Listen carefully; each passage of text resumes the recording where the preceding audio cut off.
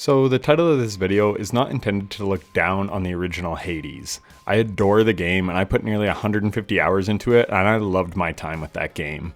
Rather, it's to praise Supergiant for somehow taking an already great game and then improving on it in every single way. As I just said, I loved the first game and I really wasn't sure what they could do in the second game to make it better, but Supergiant apparently had lots of ideas on how they could iterate upon an already winning formula, and you know what? Every single implementation hit. Hades 2 is simply better in every way than Hades 1, and I already thought that game was fun as hell, but Hades 2 takes things to a whole new level. So just to set the stage, the second game follows Zagreus' sister Melinoe. Zagreus was the protagonist in the first game and I really liked him. Before I picked up Hades 2, one thing that I wasn't too thrilled about was having to play as a new character because I thought Zagreus was awesome. But Melinoe quickly stole my heart. They really do know how to make a lovable main character. So we play as Melinoe, the daughter of Hades and Persephone, and we're on a quest to save our family who have been taken by the Titan of Time, Kronos. Our goal is to kill Kronos in every timeline so that we can rescue our family and bring them back from whatever timeline they're stuck in. Or something like that. Honestly, I'm not a big story guy. I play games for the gameplay, and this game has top-notch gameplay. But the gist of the story is that we must keep killing Kronos. But Kronos is actually not the only big bad in this game. No, this game quite literally has twice the activities to do than the first one. In the first game, your goal was to escape the Underworld and reach the surface. But in this game, we actually go in the opposite direction and delve into the depths to reach the House of Hades. We start at the crossroads where we enter Erebus. We fight our way to our first region boss, our mentor, Hecate the Witch of the Crossroads. Then we work our way down to the waterworks of Oceanus and eventually slay Scylla and the Sirens. This boss fight is incredibly clever. Sirens are well known for luring sailors to them with their beautiful voices. Well, as you traverse Oceanus, you can hear them singing quietly, calling out to us.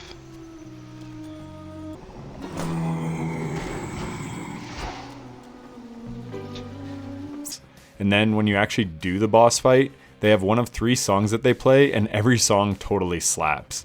There's Scylla the singer, Jetty on the bass guitar, and Roxy on the drums.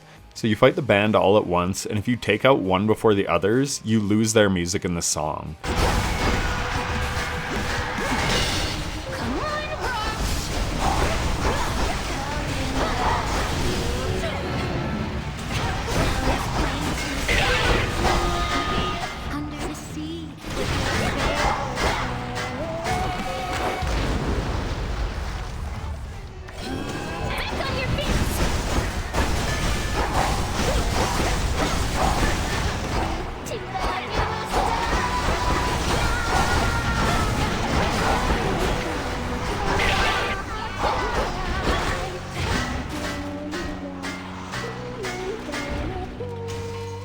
Come on, Tool.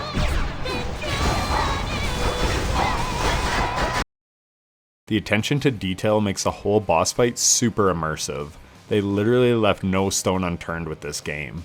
Once we vanquish them, we're onto the Fields of Mourning. This is a big open field that you explore. It's great because you can follow the gold petals to a tree which indicates where the upgrades are located so that you can traverse the place more quickly.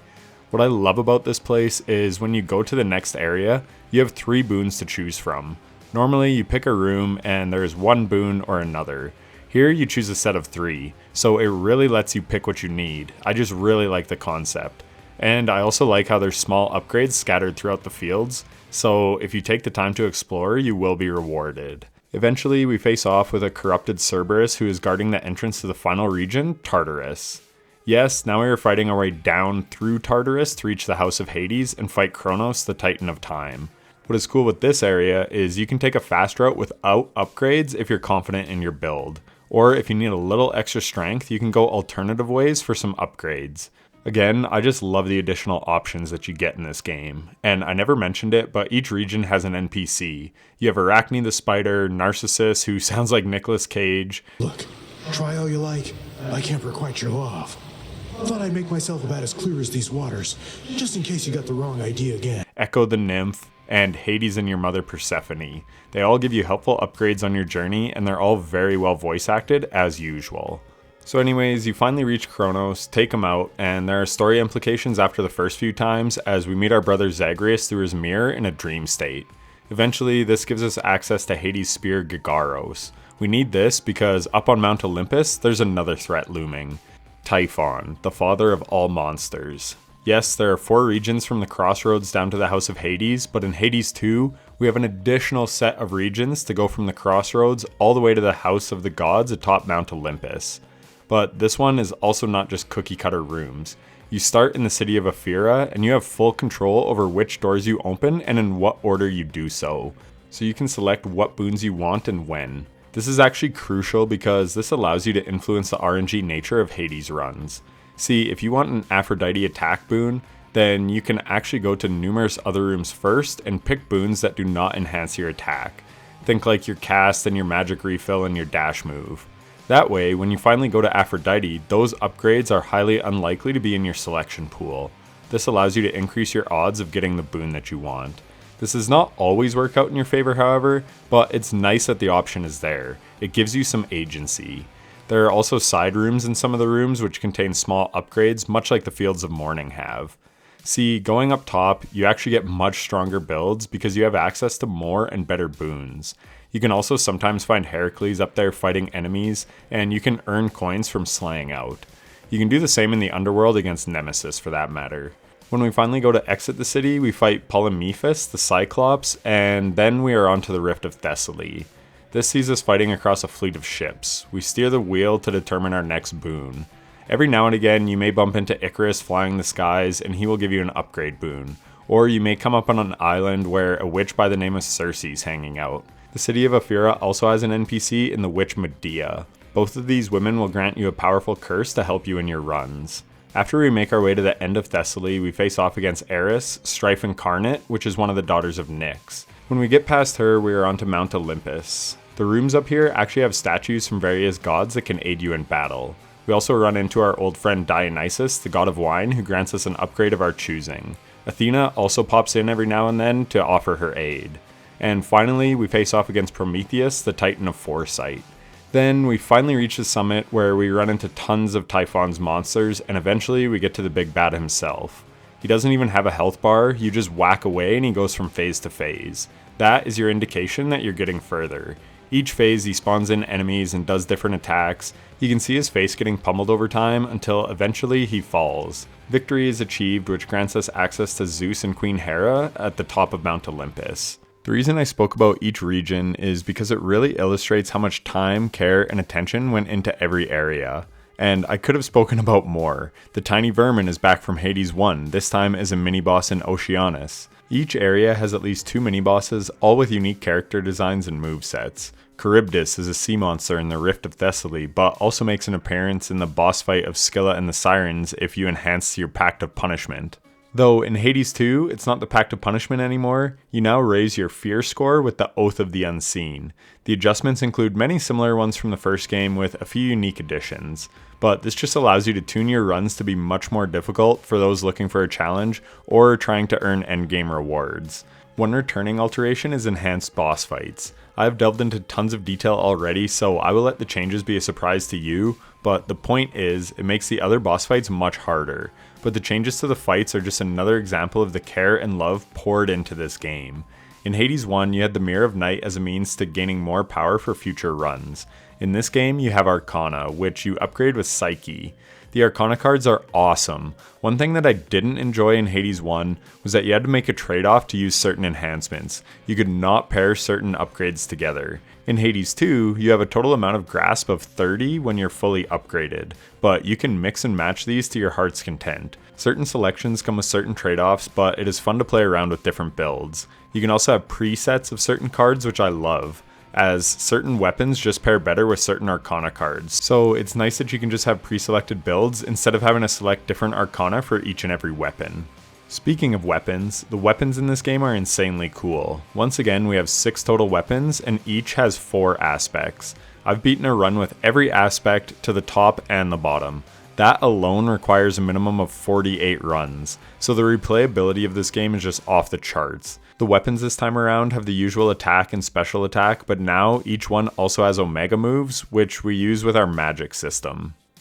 I just adore this new system, and I love spellcasters in any game, so using magic feels awesome to me. And as you use magic, certain boons can also trigger certain effects, which can make certain builds completely overpowered. But you have to know how to use these and build into them to make them effective. This just gives an added layer of depth to the combat that wasn't in the first game.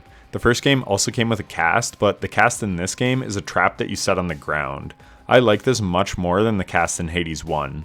You also had a call in Hades 1, which would activate a special attack from the gods, but in this game, we have Sister Selene, the goddess of the moon. She gives us an upgrade called a Hex, and this has a star path that we can choose our upgrades for.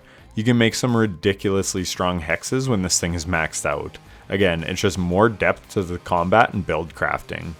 The last game featured companions, and this one does as well, and I love their implementation. They're called animal familiars, and they boost your chance at certain resources and also provide some type of combat effect.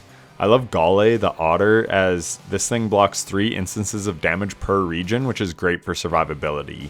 You can also trick them out with new skins, which is really nice. It's so nice having this level of customization, and it is not tied to some in-game store. No, you earn these skins by playing the game, as it should be. Much like the first game had the house contractor to add decor to the House of Hades, this time around we have Dora the Listless Shade, which we use to decorate the crossroads. We also have a flower bed for planting seeds we find on our runs, and we have a cauldron that we mix reagents into and say a spell to make an incantation. I love how much they leaned into the witch vibes of this game. But back to all the resources, the resource economy is so much better in this game than the last in my opinion. I feel like it's easier to use all your resources to unlock the things that you want, which in the end game is kudos to level up your rank and to buy all the animal skins and decorations. I maxed everything out in a little over 200 runs. I had over 200 runs in Hades as well, but I feel like I still had a long way to go to unlock everything. And I think this mostly just comes down to being able to turn more resources into more of what you need. I found the balance there to be much better. You also have various NPCs sprinkled about the crossroads just as you did in the House of Hades in the first game.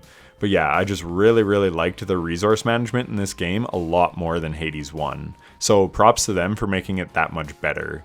We also have the Fated List, where you earn resources for doing certain tasks. This is great as it incentivizes you to try everything in the game. It rewards you for using certain weapon aspects. It also pushes you to do every enhanced boss fight, which I think is excellent because those are well worth seeing.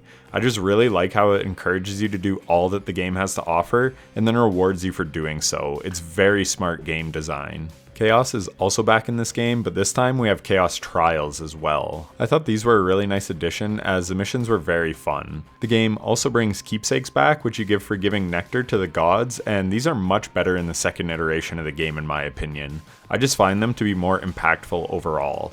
I put over 160 hours into this game, I completed everything it has to offer, and yet I would continue to play it just because each run you never know what is going to happen.